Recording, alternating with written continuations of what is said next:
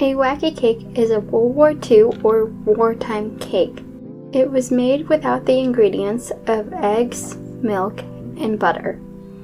For this cake, you will need 1½ cups of all-purpose flour, 1 cup of sugar, 4 tablespoons of cocoa powder, 1 teaspoon of baking soda, 1 teaspoon of salt, 1 tablespoon of white vinegar, 1 teaspoon of vanilla extract, 6 tablespoons of vegetable oil, and 1 cup of water.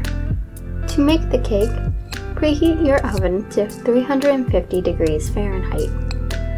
In an ungreased glass or ceramic 8-inch square pan, add the flour, sugar, cocoa powder, baking soda, and salt, and stir to combine with a fork right in the pan. Afterwards, add the vinegar, vanilla extract, and vegetable oil, and mix until it is well combined and no dry ingredients remain. Bake for about 26 to 30 minutes, or until a toothpick can be inserted and comes out clean. Place the pan on a wire rack and cool completely before serving. This recipe was found in How to Cook a Wolf cookbook in 1940.